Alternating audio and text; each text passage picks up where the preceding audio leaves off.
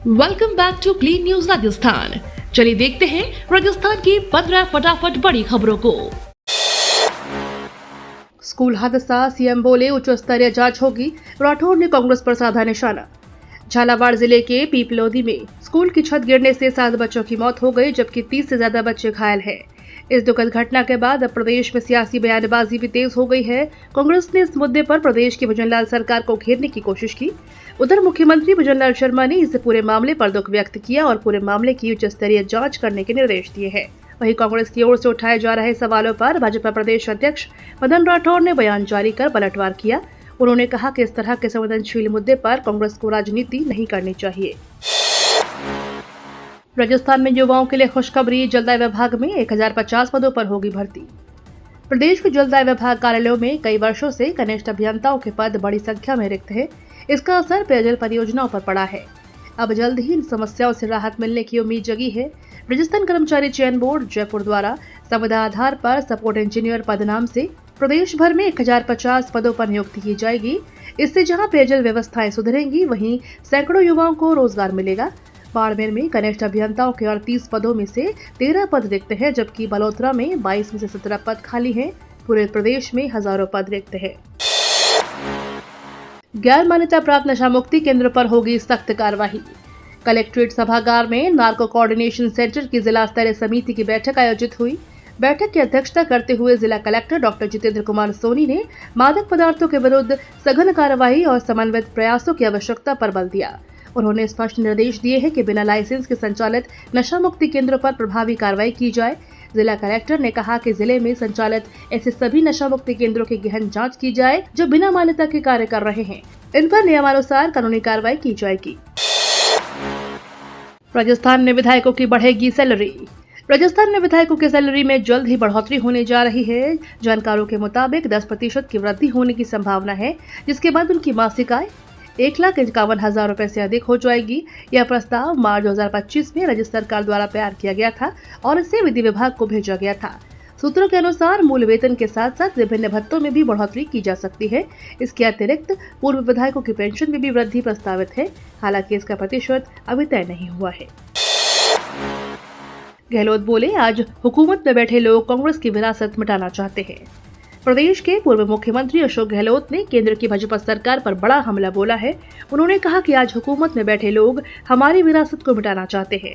उन्होंने प्रधानमंत्री नरेंद्र मोदी पर भी निशाना साधा और कहा, आज 35 साल से गांधी परिवार का कोई भी व्यक्ति प्रधानमंत्री, मुख्यमंत्री या मंत्री नहीं है, लेकिन फिर भी प्रधानमंत्री गांधी परिवार को टारगेट करने की राजनीति करते हैं। गहलोत ने कल नई दिल्ली में आयोजित कांग्रेस ओबीसी भागीदारी न्याय महासम्मेलन में यह बात कही। कार्यक्रम को संबोधित करते हुए अशोक गहलोत ने कहा कि आजादी के बाद पहली बार ओबीसी को लेकर राहुल गांधी ने आवाज उठाई है। एसआई भर्ती पेपर लीक मामला, आरपीएससी सचिव हुए पेश, अगली सुनवाई 28 जुलाई को। राजस्थान हाईकोर्ट में एसआई भर्ती परीक्षा 2021 पेपर लीक मामले में सुनवाई जारी है। अदालत अब इस मामले की अगली सुनवाई 28 जुलाई को करेगी। शुक्रवार को सुनवाई के दौरान जस्टिस समीर जैन की अदालत में कैमरा प्रोसीडिंग की गई। इस दौरान केस से जुड़े वकीलों के अलावा किसी अन्य को अदालत कक्ष में रहने की अनुमति नहीं दी गई। अदालती आदेश के अनुसार आरपीएससी के सचिव पेश हुए और अदालत ने उनसे भर्ती प्रक्रिया को लेकर सवाल पूछे। आरपीएससी की ओर से बहस पूरी होने के बाद अदालत ने अगली तारीख तय की। कर्मचारी चयन बोर्ड ने बदला नॉर्मलाइजेशन फॉर्मूला, 21 परसेंटाइल लागू। राजस्थान कर्मचारी चयन बोर्ड ने मल्टी शिफ्ट परीक्षाओं के परिणामों में ज्यादा पारदर्शिता और निष्पक्षता लाने के लिए नॉर्मलाइजेशन प्रक्रिया में बड़ा बदलाव किया है। बोर्ड ने अब तक अपनाए जा रहे जेड फॉर्मूले की जगह कर्मचारी चयन बोर्ड की तर्ज पर 21 परसेंटाइल फॉर्मूला लागू करने का फैसला लिया है। इस संबंध में शुक्रवार को आदेश जारी किए गए। यह नया फॉर्मूला एक से ज्यादा चरणों में आयोजित होने वाली आगामी सभी भर्ती परीक्षाओं में लागू होगा। वहीं मल्टी शिफ्ट में हुई प्रहरी सीधी भर्ती 2024 में यही फॉर्मूला लागू किया जाएगा। झालावाड़ हादसे के बाद सीएम भजनलाल शर्मा की चेतावनी, कहा 5 दिन में दे रिपोर्ट। झालावाड़ स्कूल हादसे के बाद से पूरा सिस्टम हिल गया है। बच्चों की मौत से लोगों में आक्रोश है। ऐसे में सीएम भजनलाल शर्मा ने शुक्रवार को हादसे के बाद ही उच्च स्तरीय बैठक ली। उन्होंने समस्त जिलों के जिला प्रशासन, सार्वजनिक निर्माण विभाग, कार्यकारी एजेंसी, समसा और आरएसआरडीसी सहित संबंधित विभागों को निर्देश दिए कि सभी सरकारी भवनों, विशेष रूप से स्कूलों, अस्पतालों सहित अन्य सार्वजनिक भवनों का तत्काल निरीक्षण कर मरम्मत कार्य करवाया जाए। इसके लिए विशेषज्ञों की एक समिति गठित की जाए जो 5 दिनों के भीतर अपनी रिपोर्ट प्रस्तुत करे। बारिश के बाद बढ़ा इन बीमारियों का डर, अलर्ट मोड पर आया चिकित्सा विभाग।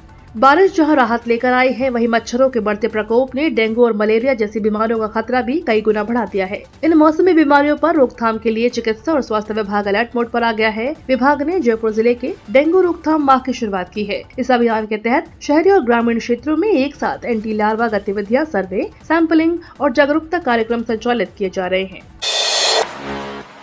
उपराष्ट्रपति चुनाव के लिए अधिकारियों की नियुक्ति, पीसी मोदी होंगे चुनाव के रिटर्निंग अधिकारी।